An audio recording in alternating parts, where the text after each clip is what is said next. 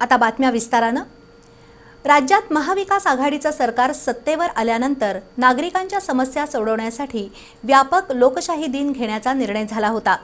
त्यानुसार आज पहिला जिल्हास्तरीय लोकशाही दिन 3 मंत्र्यांच्या उपस्थितीत पार पडला। पालकमंत्री सतेज पाटील, ग्रामविकास मंत्री हसन मुश्रीफ आणि सार्वजनिक आरोग्य राज्यमंत्री राजेंद्र पाटील यड्रावकर यांच्या उपस्थितीत झालेल्या लोकशाही दिनाला मोठा प्रतिसाद मिळाला। आज दिवसभरामध्ये सुमारे 900 निवेदनं मंत्र्यांच्या दरबारात दाखल झाली। संबंधित विभागाच्या अधिकाऱ्यांनी तातडीनं हे प्रश्न सोडवावेत, प्रश्न सुटणार नसतील तर तक्रारकर्त्याला कारणासह पत्राद्वारे कळवावं असे आदेश नामदार हसन मुश्रीफ यांनी दिले। तसंच नागरिकांना हेलपाटे मारायला लावू नयेत अशी सूचना जिल्हाधिकाऱ्यांना करण्यात आली। नामदार हसन मुश्रीफ, राज्यमंत्री सतेज पाटील आणि राजेंद्र पाटील यड्रावकर या 3 मंत्र्यांच्या उपस्थितीत आज पहिला लोकशाही दिन शासकीय विश्रामधाम इथं पार पडला। नागरिकांनी आपल्या प्रलंबित प्रश्नांचं निवेदन देण्यासाठी सकाळी 9 वाजल्यापासून गर्दी केली होती। सकाळी 11 ते दुपारी 2 या वेळेत झालेल्या लोकशाही दिनाला नागरिकांचा मोठा प्रतिसाद मिळाला। सुमारे 900 निवेदनं मंत्र्यांच्या जनता दरबारात दाखल झाली। कडकनाथ कोंबडी घोटाळा ते पाणंदीतील रस्ते तयार करणे यासह वैयक्तिक प्रश्नांची निवेदनं मंत्र्यांना देण्यात आली। सध्या आरोपी सागर खोत अटक झालेले नाहीत, त्या अटकेसंदर्भात आम्ही इथं आलेलो आहे आणि त्यांना जोपर्यंत अटक होत नाही तोपर्यंत यातला तपास पुढे जात नाही।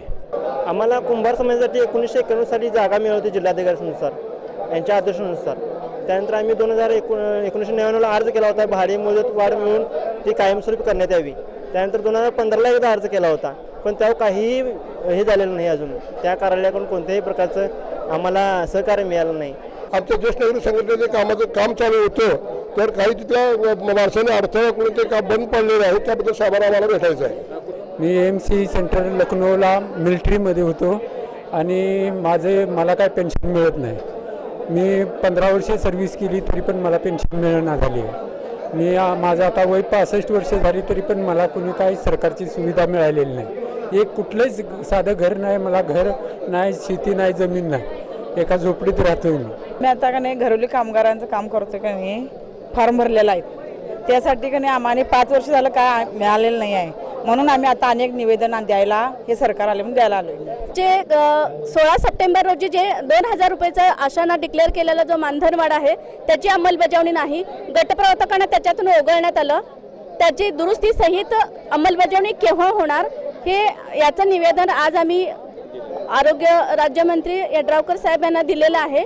लोकशाही दिनामध्ये 14 पासून तक्रारी करत होते, तलाठी ऑफिसमध्ये पण तक्रारी दिलेल्या, जिल्हाधिकाऱ्यांना पण तक्रारी दिल्या होत्या। 14 पासून मी लोकशाही दिनात आणि महिला लोकशाही दिनात पण तक्रारी दिल्या होत्या। तिन्ही मंत्र्यांनी नागरिकांच्या तक्रारी ऐकून घेतल्या आणि संबंधित अधिकाऱ्यांना प्रश्न सोडवण्याचे आदेश दिले। राज्य शासनाच्या धोरणात्मक निर्णयाशी संबंधित प्रश्न असतील तर त्याचा पाठपुरावा मंत्रालयात केला जाईल अशी ग्वाही मंत्र्यांनी दिली। लोकशाही दिनानंतर पत्रकारांशी बोलताना नामदार हसन मुश्रीफ यांनी माहिती दिली, संबंधित विभागाच्या अधिकाऱ्यांनी नागरिकांचे प्रश्न तातडीनं सोडवावेत, काम होणार नसेल तर तसं पत्राद्वारे कळवावं, पण नागरिकांना शासकीय कार्यालयात हेलपाटे मारायला लावू नयेत असं हसन मुश्रीफ यांनी अधिकाऱ्यांना सांगितलं। तसंच गेली 5 वर्ष नागरिकांचे प्रश्न प्रलंबित ठेवणाऱ्या अधिकाऱ्यांकडून खुलासा घ्यावा असे आदेशही त्यांनी दिले। नागरिकांची शासकीय कामासाठी एवढ्या मोठ्या संख्येनं ते भेटतायत आणि त्याच्या अडीअडचणी ते सांगतायत। छोट्या छोट्याशा कामाला त्यांना फार वेळेला शासकीय ऑफिसमध्ये हेलपाटे घालावे लागतात आणि आम्ही त्या दिवशी ठरलं होतं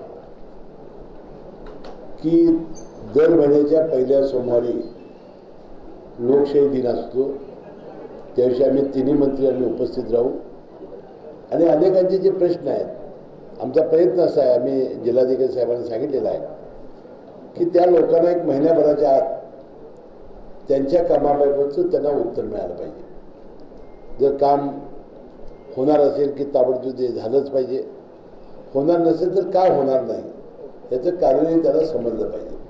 पाणंद रस्ता खुला करणं, रस्त्यांची दुरुस्ती, मायक्रो फायनान्सचा प्रश्न यासह शिक्षण विभाग, महापालिका, जिल्हा परिषद, कृषी, एसटी, महसूल, आरोग्य, इचलकरंजी नगर परिषद अशा विविध विभागांशी संबंधित समस्या नागरिकांनी मांडल्या. अंध आणि दिव्यांग व्यक्ती, सुरक्षा रक्षक यांनीही आपल्या समस्या मांडल्या. दरम्यान येत्या महिन्याभरात कोल्हापूर विमानतळावर नाईट लँडिंग सुविधा उपलब्ध होईल. त्यासाठी 9.5 लाख रुपयांचा निधी उपलब्ध करून दिला जाईल अशी माहिती पालकमंत्र्यांनी दिली. महिनाभरात हे काम पूर्ण होईल असं सतेज पाटील यांनी सांगितलं. शेती पंपाला वीज जोडणी देण्याबाबत पुढील आठवड्यात बैठक घेणार असल्याचंही यावेळी सांगण्यात आलं. दरम्यान पांडुरंग तुकाराम पाटील या नागरिकानं आपल्या प्रलंबित वैद्यकीय बिलाचं निवेदन मंत्र्यांना दिलं. त्यावेळी अशा प्रकारची 3,000 वैद्यकीय बिलं मंजुरीच्या प्रतीक्षेत असल्याचं त्यांनी निदर्शनास आणलं.